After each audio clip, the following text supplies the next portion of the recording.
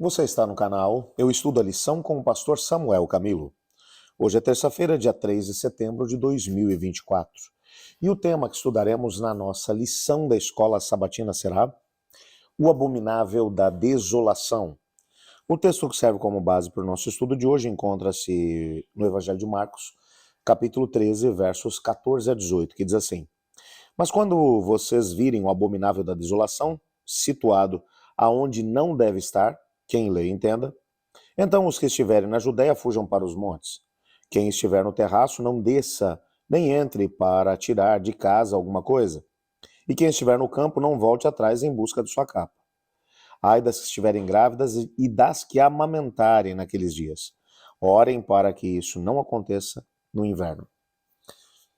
Quando olhamos aqui para esse texto, e esse é um dos textos que traz algum tipo de dificuldade de interpretação, principalmente no meio cristão evangélico hoje em dia. Muitas pessoas veem nessa referência de Jesus Cristo em relação ao abominável da desolação, querem de alguma forma fazer com que essa figura, que seria alguém que traria algum tipo de contaminação para o ambiente do templo, levando-se em consideração de que Jesus estava falando de Jerusalém, a cidade santa, e estava falando do templo, o local de adoração, onde era a casa de Deus. Lembre-se que os discípulos haviam feito uma pergunta ao Senhor: Senhor, quando acontecerão essas coisas e que sinal haverá da tua vinda e da consumação dos séculos?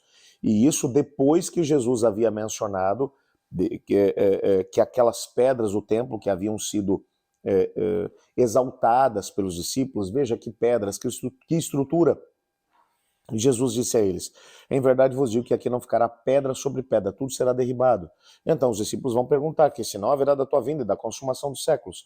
Nós já estudamos sobre isso, tanto no domingo quanto também ontem falamos um pouquinho sobre isso. Jesus, portanto, está falando do templo. Esse abominável da desolação seria alguém que traria abominação ou contaminação para o contexto do templo. Então, algumas pessoas no mundo cristão evangélico olham para Daniel capítulo 9, verso 27, que vai falar a respeito dessas questões, 9, 27, Daniel 11, 31, Daniel 12, verso 1, enfim, vão trabalhar a ideia de dois personagens que vão aparecer ali.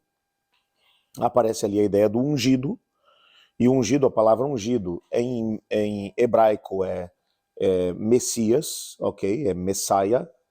Essa palavra é uma palavra que ela dá origem ao ministério que Cristo Jesus desenvolveria. Ele é o Messias, ele é o ungido, representando a primeira vinda de Cristo Jesus.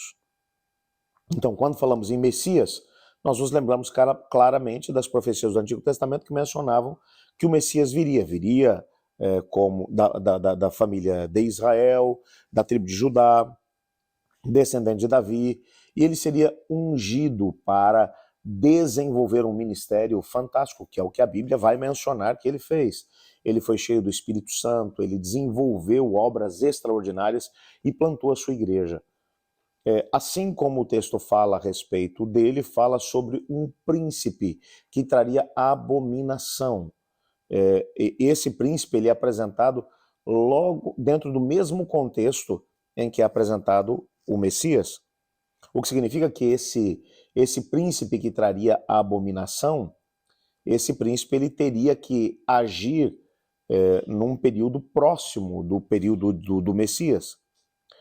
Quando alguns evangélicos querem pegar Antíoco Epifânio, que foi um rei seleucida, que acabou reinando antes, pelo menos 200 anos antes de Cristo Jesus, quase 200 anos antes de Cristo Jesus, e que fez um sacrifício, por exemplo, de um porco dentro do templo de Jerusalém, e o templo foi, claro, profanado naquela época, mas nós não conseguimos entender esse abominável da desolação como alguma coisa que tivesse acontecido antes da chegada do Messias. Dentro do capítulo 9 de Daniel, nós entendemos que o abominável da desolação, ele apareceria logo depois da chegada do Messias. E quando Jesus vai falar a respeito do abominável da desolação, ele vai mencionar essa chegada do abominável da desolação como sendo um sinal que deveria fazer com que os cristãos fugissem de Jerusalém.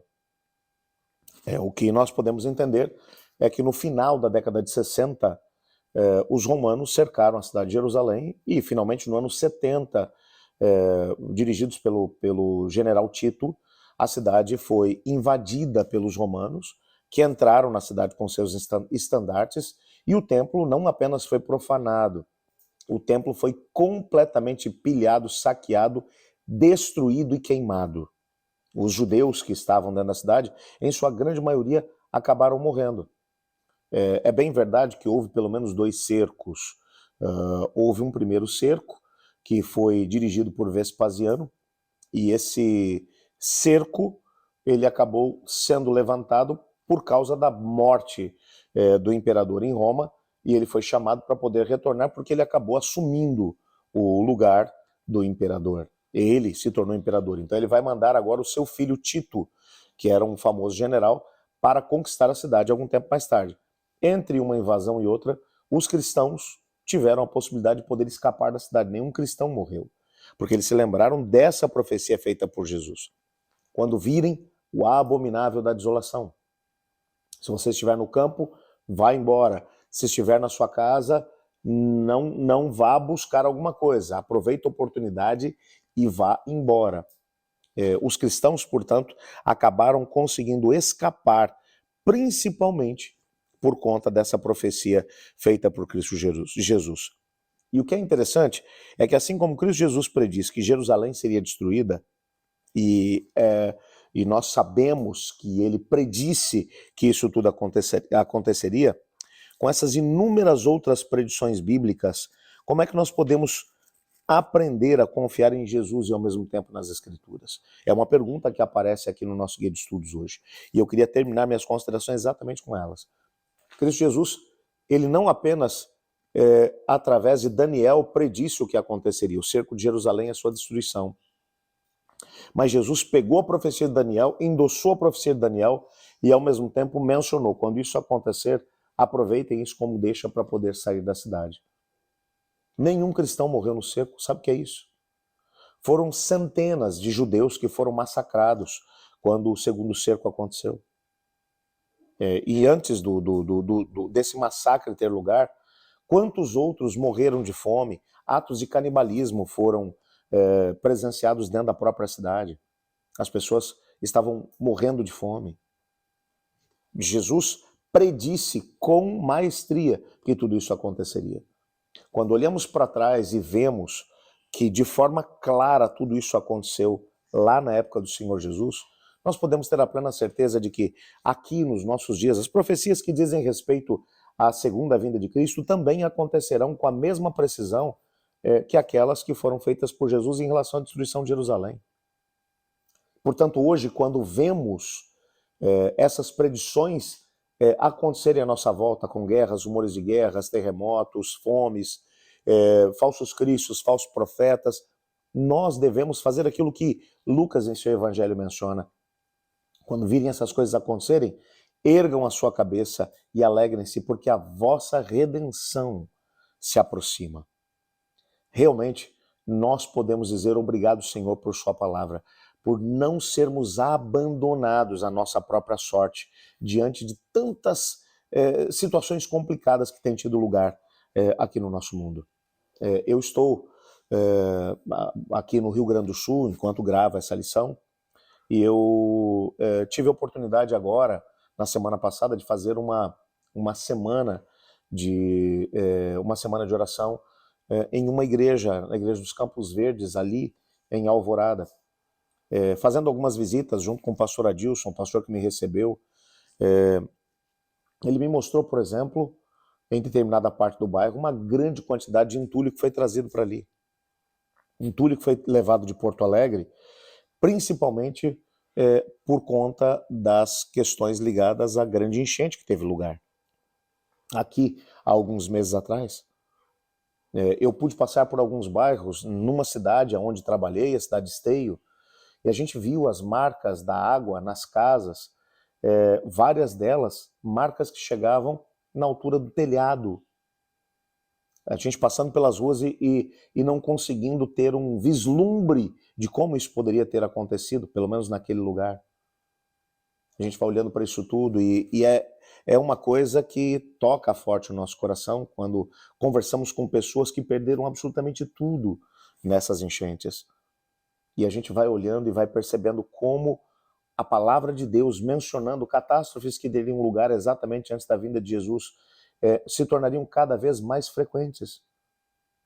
Tudo isso atesta a profecia feita por Cristo Jesus a respeito da proximidade da sua vinda. Portanto, hoje eu te desafio a olhar para trás. Olhe para a destruição de Jerusalém. Veja como a predição foi clara. O Messias viria, pouco tempo depois viria o abominável da desolação, Jerusalém seria destruída e os cristãos veriam no próprio cerco, veriam a possibilidade de poderem escapar da cidade, o que eles acabaram fazendo. Devemos agora olhar para esse tempo em que vivemos e ver nas predições relacionadas à segunda vinda de Cristo uma oportunidade para podermos colocar a nossa vida em ordem com Deus, sabendo que muito em breve o céu se abrirá e Jesus voltará em poder e grande glória. Prepare-se para isso. Vamos orar? Obrigado, Senhor, por tua palavra e pela certeza que temos de que nos amas. Ajuda-nos a podermos olhar para trás e ver no cumprimento profético uma garantia de que as profecias relacionadas a esse tempo também acontecerão. Nos colocamos em tuas mãos, Pai, no nome santo de Jesus. Amém. Eu estudo a lição e você?